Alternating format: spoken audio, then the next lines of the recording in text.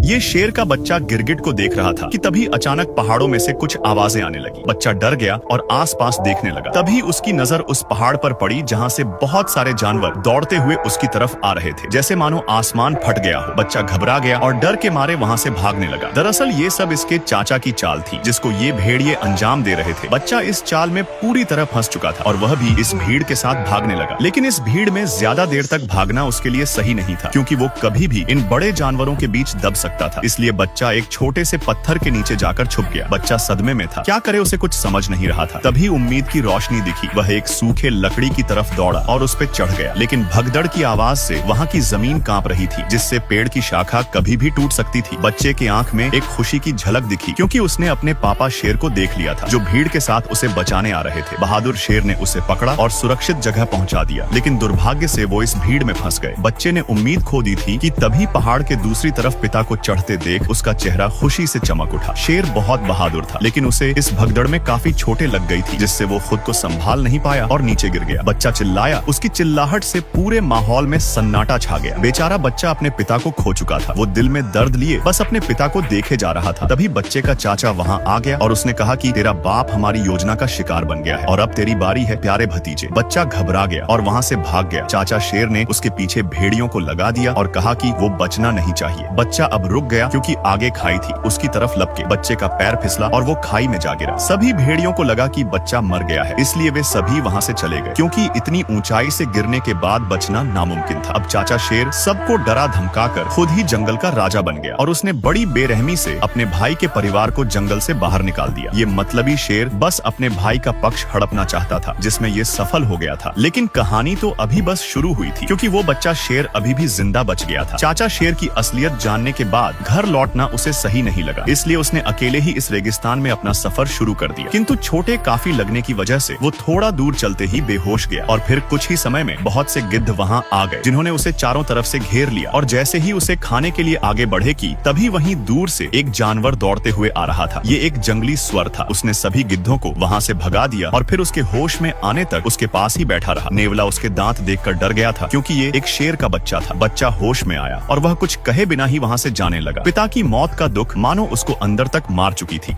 अब वो बच्चा उदास होकर यहाँ से जा रहा था। तभी नेवला और सुअर उससे बात करने की कोशिश करते हैं और बातों ही बातों में वे अच्छे दोस्त बन जाते हैं। वो दोनों उसको हौसला देते कि जिंदगी में हर कोई अपनों को खोता है, ये नियति का नियम है। लेकिन इसका मतलब ये तो नहीं कि जीना ही छोड़ दिया जाए और तुम तो एक बहादुर शेर के बेटे हो। ये सुनकर बच्चा बहुत अच्छा महसूस करता है। अब ये दोनों इसे अपने जंगल लेकर जाते हैं। जंगल को देखकर बच्चा शेर को बहुत अच्छा लगता है, लेकिन यहाँ के जानवर बच्चा शेर को देखकर हैरान थे कि ये शेर का बच्चा इनके जंगल में कहाँ से आया, क्योंकि इनका मानना था कि शेर कभी भी इनके हितैषी नहीं हो सकते। लेकिन नेवला और सुअर ने किसी की बात नहीं मानी और कुछ समय बाद सब लोग साथ में मिलकर रहने लगे। ऐसे ही साथ में रहते रहते कुछ साल बीत गए। अब वो बच्चा बड़ा हो चुका था, जिसको सब सिम्बा के नाम से जानते थे, जो बिल्कुल अपने पिता की तरह ही दिखता था। इधर चाचा शेर ने जंगल में टहलका मचा रखा था। वह अपनी भूख मिटाने के लिए निर्दोष जानवरों की हत्या करता। समय के साथ इसका लालच और भी ज्यादा बढ़ गया था। इसके राज्य में किसी को भी खाना नसीब नहीं होता था, क्योंकि ये अपने सिवा किसी को शिकार नहीं करने देता था, जिससे सिम्बा के परिवार वाले हमेशा भूखे रह जाते थे। लेकिन फिर भी सिम्बा के परिवार वाले बहुत बेबस थे। वे कुछ नहीं कर सकते थे, क्योंकि उनके चारों तरफ चाचा शेर का दबदबा था। और सिम्बा की माँ भी बहुत बहादुर थी। वह बोलती है कि हम अपने गौरव भूमि को ऐसे नहीं छोड़ सकते और न ही हम ऐसे भूखे मर सकते हैं। हमें कुछ न तो कुछ करना चाहिए। सभी उसकी बातों में हामी भरने लगते हैं कि तभी दूसरी शेरनी कहती है, लेकिन उस शेर के खिलाफ जाएगा कौन? किसमें इतनी हिम्मत है? तभी वहाँ भेड़िया आ जाता है और सिम्बा की माँ को अपने साथ लेकर जाता है। सब डरे थे कि अब क्या होने वाला है। सिम्बा की माँ शेर के पास जाती है तो शेर ने कहा कि मुझे पता है तुम लोग क्या योजना बना रहे हो, लेकिन तुम्हारी कोई भी योजना काम नहीं करेगी। सिम्बा की माँ ने कहा, आखिर कब तक तुम ऐसे निर्दोष जानवर की हत्या करोगे? बंद करो ये सब। तभी शेर कहता है कि शिकार करना हमारा फितरत है, अगर हम शिकार नहीं करेंगे तो हम खाएंगे क्या? तो सिम्बा की माँ बोलती है, लेकिन तुम गलत तरीके से कर रहे हो, यह सब गलत है। तो गुस्से में आकर शेर आदेश देता है कि ये बचा कुचा शिकार भेड़िया खाएंगे और तुम्हारा परिवार आज भी भूखा मरेगा, और फिर वहाँ से चले जाता है। इधर सिम्बा पूरी तरह से जंगल में घुल मिल गया था। वह अपने परिवार को भूल ही चुका था, लेकिन रात के घने अंधेरे में वह तारों की तरफ देखते हुए अपने पिता को जरूर याद करता और उदास हो जाता, क्योंकि पिता के मौत का दोषी वो खुद को मानता था। उसी समय उसका एक बाल टूटकर पानी में गिर जाता है, जिसे घास समझकर एक चिड़िया उठाकर अपने घोंसले में ले आती है और दूसरी चिड़िया उससे फेंक देती है, क्योंकि वह जानती थी कि ये घास नहीं एक जानवर का बाल है। अब बाल उड़कर जमीन पर जा गिरता है। तभी उस बाल को उठाकर एक चींटी लेकर जाने लगती है। वहीं पास में बैठे बंदर की नजर उस बाल पर पड़ जाती है। वह उसे उठाकर पहचान जाता है कि ये बाल सिम्बा का है, जिससे वो अंदाजा लगा लेता है कि सिम्बा अभी भी जिंदा है। ये संदेश उसके लिए और पूरे जंगल के लिए एक खुशी का संदेश था। उसे एक उम्मीद मिल गई कि भगवान के घर में देर है पर अंधेर नहीं। यहाँ सिम्बा के दोस्त पर एक शेरनी हमला कर देती है। उस जंगल में शेरनी घुस चुकी थी। सिम्बा के दोस्त अपनी जान हथेली में लेकर भाग रहे थे, लेकिन शेरनी के रफ्तार के आगे वे दोनों कब तक टिक पाते। अब दोनों का जान बचाना मुश्किल था, लेकिन तभी वहाँ सिम्बा आ जाता है और हमला कर देता है। दोनों ही शेर जाबाज थे, फिर भी शेरनी उसके मुकाबले में आगे निकल गई। उसने सिम्बा को दबोच लिया, लेकिन सिम्बा उसे पहचान लेता है और उसे लाना कहकर पुकारता है। शेरनी समझ जाती कि ये कोई और नहीं बल्कि सिम्बा है, क्योंकि सिम्बा ही उसे इस नाम से पुकारता था। दरअसल दोस्तों, लाना सिम्बा के बचपन का प्यार था, जो उसे आज कितने सालों बाद मिला था। सालों की जुदाई से दोनों बहुत भावुक हो जाते हैं। अगर प्यार में सच्चाई हो तो वो कभी न कभी जरूर मिलता है, देर से ही पर मिलता है। लाना बहुत खुश थी कि सिम्बा अभी भी जिंदा है। तभी सिम्बा ने कहा, लाना ये मेरा जंगल है, यहाँ तुम्हें बहुत सुकून मिलेगा। तो लाना ने कहा, सिम्बा ये जंगल छोड़ो और अपने घर चलो। तुम्हारे चाचा शेर ने हम पर बहुत जुल्म किए हैं। उसने हमारे देवभूमि को नर्क बना दिया है। अब तुम्हें वापस चलना चाहिए। लेकिन सिम्बा जाने से मना कर देता है और लाना को यहाँ कुछ देर और रुकने को कहता है। लाना उसकी बात मान लेती है और फिर सिम्बा उसे पूरा जंगल घुमाने लगा। लाना को ये जंगल बहुत पसंद आया था। दोनों बहुत घूमते और बहुत सारी यादें बनाते। आखिरकार कितने सालों बाद सिम्बा अपने प्यार से मिला था। अब दोनों घूम ही रहे थे कि तभी लाना कहती है, अगर तुम जिंदा थे तो फिर घर क्यों नहीं आए? तुम्हें अपने लोगों की याद नहीं आती है क्या? तुम्हारे चाचा शेर ने हम सब पर बहुत जुल्म किए हैं। हमारी दुनिया ही उसने बर्बाद कर दी। तो सिम्बा कहता है, मुझे इससे कोई फर्क नहीं पड़ता, अब यही मेरी दुनिया है। सिम्बा पूरी तरह से बदल गया था। लाना ने कहा, सिम्बा तुम्हारे पिता बहुत बहादुर थे, लेकिन तुम उनके जैसे बिल्कुल भी नहीं हो। तुम तो बहुत मतलबी और डरपोक हो। लेकिन फिर भी सिम्बा जाने के लिए नहीं बोलता है, जिससे लाना गुस्से में वहाँ से चली जाती है। अब रात को सिम्बा उदास होकर जा ही रहा था कि उसे एक बंदर दिखता है। ये बंदर सिम्बा को जानता था, लेकिन सिम्बा इसे नहीं जानता था। बंदर उसके पास जाता है, लेकिन सिम्बा उसे पहचानने से इनकार कर देता। तो बंदर कहता है कि मैं तुम्हारे पिता को जानता हूँ और चाहो तो मैं तुम्हें उनके पास ले जा सकता हूँ। सिम्बा हैरान था, लेकिन खुश भी था कि शायद उसके पिता जिंदा है। अब दिल में उम्मीद लिए वह बंदर के पीछे दौड़ पड़ा। बंदर नदी के किनारे बैठ जाता है और सिम्बा को नदी में देखने को बोलता है। जब सिम्बा नदी में देखता तो उसे अपने में पिता की झलक दिखती है। बंदर कहता है कि तुम्हारे पिता तुम्हारे अंदर है, जिससे वह जोश में आ जाता है। तभी आसमान में बिजली चमकी और एक आवाज आई। ये आवाज उसके पिता शेर की थी, जो कह रहे थे कि बेटा तू जाबाज है, तुझे हमारी गौरव भूमि को बचाना है, क्योंकि हम एक जाबाज प्रजाति से हैं और शेर जंगल का राजा होता है। राजा। ये सुनकर सिम्बा जोश से भर गया और अब उसके अंदर सोया हुआ शेर जाग चुका था। वो पूरी तरह से तैयार था। अपने गौरव भूमि को बचाने के लिए उसने जोर से दहाड़ लगाई और इस लड़ाई का आगाज कर दिया। अब यह सिम्बा का नया रूप था, जिसे हराना नामुमकिन था। सिम्बा अपने गौरव भूमि की तरफ निकल पड़ा और कुछ दूर पर उसे लाना भी मिल गई। लाना उसका यह रूप देखकर बहुत खुश हुई। अब दोनों साथ में अपने गौरव भूमि पर पहुंच चुके थे। अपने भूमि की ये हालत देख वह बहुत दुखी हो गया। तभी लाना कहती है, सिम्बा अब आगे क्या करोगे? सिम्बा ने कहा, अपनी भूमि की रक्षा करूंगा, जिसकी जिम्मेदारी मेरे पिता ने दी है। उसी समय एक पक्षी उसके पास आया। ये सिम्बा के परिवार का हिस्सा था। उसने सिम्बा को प्रणाम किया। कुछ देर बाद सिम्बा के दोस्त भी आ गए। वे जानते थे कि यह लड़ाई आसान नहीं होगी, लेकिन फिर भी वे उसके साथ खड़े थे। सिम्बा ने उन्हें समझाया कि इस राह में मौत है, तुम लोग वापस चले जाओ। तभी सुअर कहता है, हम जब तक जिंदा है तब तक तुम्हारा साथ देंगे। इस युद्ध में सभी जानवर सिम्बा के साथ कंधे से कंधा मिलाकर खड़े थे। अब सिम्बा सभी को अपने साथ लेकर आगे बढ़ा, लेकिन सामने रास्ते में कुछ भेड़िए भोजन कर रहे थे। सिम्बा ने उन सभी का ध्यान भटकाने की जिम्मेदारी अपने दोस्तों को दिया। नेवला और सुअर उनके सामने आ गए और भेड़ियों का ध्यान अपनी ओर खींच लिया। भेड़िए उन्हें देखकर दहाड़ते हुए दौड़े और इस बीच सिम्बा लाना के साथ दूसरे रास्ते से आगे बढ़ गया। दूर पहाड़ी पर बैठा बूढ़ा बंदर ये सब देख रहा था। उसकी आंखों में वर्षों का अनुभव और अब एक नई चमक थी। उसने अपने हथियार को फिर से उठाया, जिसे उसने मुफासा की मौत के बाद त्याग दिया था, लेकिन अब सिम्बा के लिए वो भी लड़ने को तैयार था। इधर चाचा शेर सिम्बा की माँ को अपनी रानी बनने को बोल रहा था। अगर उसने ऐसा नहीं किया तो वो उनके पूरे परिवार को खत्म कर देगा, लेकिन सिम्बा की माँ मना कर देती है। तो चाचा शेर कहता है, मैं मुफासा से ज्यादा शक्तिशाली हूँ। इस पर सिम्बा की माँ कहती है, तुम मुफासा के सामने भीगी बिल्ली हो। चाचा शेर गुस्से में आकर शेरनी पर हमला कर दिया। चाचा शेर की नीयत बहुत खराब थी। जिसकी नीयत खराब हो वो दूसरों का कभी भला नहीं कर सकता है। तभी एक खौफनाक दहाड़ की आवाज सुनाई दी। ये दहाड़ सिम्बा की की थी। सिम्बा को देखकर चाचा शेर डर गया। उसे लगा कि ये उसका भाई है, क्योंकि सिम्बा बिल्कुल अपने पिता के जैसे दिखता था। तभी सिम्बा ने कहा कि दूर हो जाओ मेरी माँ से। शेरनी की आंखों से आंसू बह निकले। सालों बाद वो अपने बेटे को देख रही थी। वो उसे गले से लगा लिया और कहा, बेटा इतने दिनों से कहाँ थे? तो सिम्बा कहता है, माँ अब मैं सब कुछ ठीक कर दूंगा। उसकी वापसी से जैसे पूरे परिवार को फिर से जीने की वजह मिल गई थी। अब उनकी जिंदगी में रोशनी आने वाली थी। सिम्बा को जिंदा देखकर चाचा शेर को बहुत गुस्सा आया और उसने कहा, भतीजे तुम्हें जिंदा देखकर बहुत खुशी हुई। सिम्बा ने कहा, काश चाचा तुमने थोड़ा अच्छा काम कर लिया होता तो शायद मैं तुम्हें आज छोड़ देता। तो चाचा शेर ने कहा, तमीज से बात करो, तुम इस जंगल के राजा के सामने खड़े हो। उसी समय लाना ने पूरे जंगल के सामने ऐलान किया, अब से हमारा राजा सिम्बा है और हम उसके लिए लड़ेंगे। सिम्बा के परिवार ने भी दहाड़ लगाकर युद्ध का आगाज किया। सिम्बा ने चेतावनी दी, अपनी हार स्वीकार कर लो चाचा, अब तुम्हारे पास कोई और रास्ता नहीं है। लेकिन चाचा शेर भी चालाक था। उसने कहा, अरे बच्चे, मैं नहीं चाहता कि मैं तुम्हारा काल बनूं। और तुम सबको पता है कि सिम्बा ने क्या किया है। प्यारे भतीजे, तुमने इनको बताया नहीं कि तुम अपने पिता के हत्यारे हो। अपना गुनाह कबूल कर लो और सबको बताओ कि तुम्हारे वजह से हमारे महान राजा मारे गए थे। अब सिम्बा का पूरा परिवार बेचैनी से सिम्बा को देखने लगा। तभी सिम्बा सिर झुकाते कहता, हाँ पिताजी, मेरे वजह से मारे गए थे। मौके का फायदा उठाते हुए चाचा शेर ने कहा, देखो ये है तुम्हारा मसीहा जो अपने ही बाप का हत्यारा है। आज इसी की वजह से महाराज हमारे बीच में नहीं है। और ये क्या राजा बनेगा जिसने अपने ही पिता को निगल लिया। चाचा शेर ने अपनी चालाकियों से सिम्बा की आवाज को दबा दिया और उसके पूरे परिवार को उसके ही खिलाफ कर दिया। वो कहते हैं ना, सांप भी मर जाए और लाठी भी ना टूटे, ये वाली हालत उसने सिम्बा का कर दिया था। अब चाचा शेर उसे डराने लगा और कहा, मेरे कदमों में गिर भतीजे। तभी घबराहट में सिम्बा का पैर फिसला और अब वो चट्टान पर लटका हुआ था। उसी समय अचानक से एक आग उगलती हुई बिजली गिरी। अब वो समय आ गया था जब एक पापी का अंत होने वाला था। चाचा शेर ने कहा, यही खौफ मैंने तुम्हारे पिता की आंखों में देखा था जब तुम्हारे पिता इसी तरह अपनी जान की भीख मांग रहे थे। फिर चाचा शेर ने उछलकर सिम्बा के पैर को दबा लिया और धीरे से कहा, प्यारे भतीजे, तेरे पिता को मैंने ही मारा था, बिल्कुल इसी तरह से, और आज तेरी बारी है। इतना सुनते ही सिम्बा को वो दर्द भरे पल याद आने लगे। सिम्बा की आंखों में आग जल उठी। उसने पूरी ताकत से चाचा शेर के बाल पकड़े और चट्टान पर वापस चढ़ाया और चिल्लाकर कहने लगा, कैसे भाई हो तुम जो अपने ही भाई को खा गया। तभी चाचा शेर ने कहा, ये अपना जुर्म छुपाने के लिए मुझे फंसा रहा है, इसकी बात मत सुनो। शेरनी ने कहा, जब तुमने महाराज को मारा नहीं तो तुमने उनकी आंखों में कैसे देखा। ये सुनते ही चाचा शेर का चेहरा फीका पड़ गया। अब उसका अंत करीब था। फिर भी उसने हार मानने के बजाय भेड़ियों को आदेश दिया, मार डालो इन सबको। वो सारे खतरनाक भेड़िए सिम्बा के ऊपर टूट पड़े। एक भयंकर युद्ध छिड़ गया। सिम्बा अकेले ही उन भेड़ियों का सामना करने लगा। इधर लाना ने भी परिवार को लड़ने का आदेश दिया। सिम्बा का पूरा परिवार एकाएक कर भेड़ियों पर टूट पड़ा। ये था एक भीषण युद्ध जो सदियों से रुका हुआ था। तभी इतने सारे भेड़ियों के बीच एक अकेला सिम्बा कमजोर पड़ने लगा। अपना पल्ला भारी देख सारे भेड़िए उसे मिलकर नोचने लगे।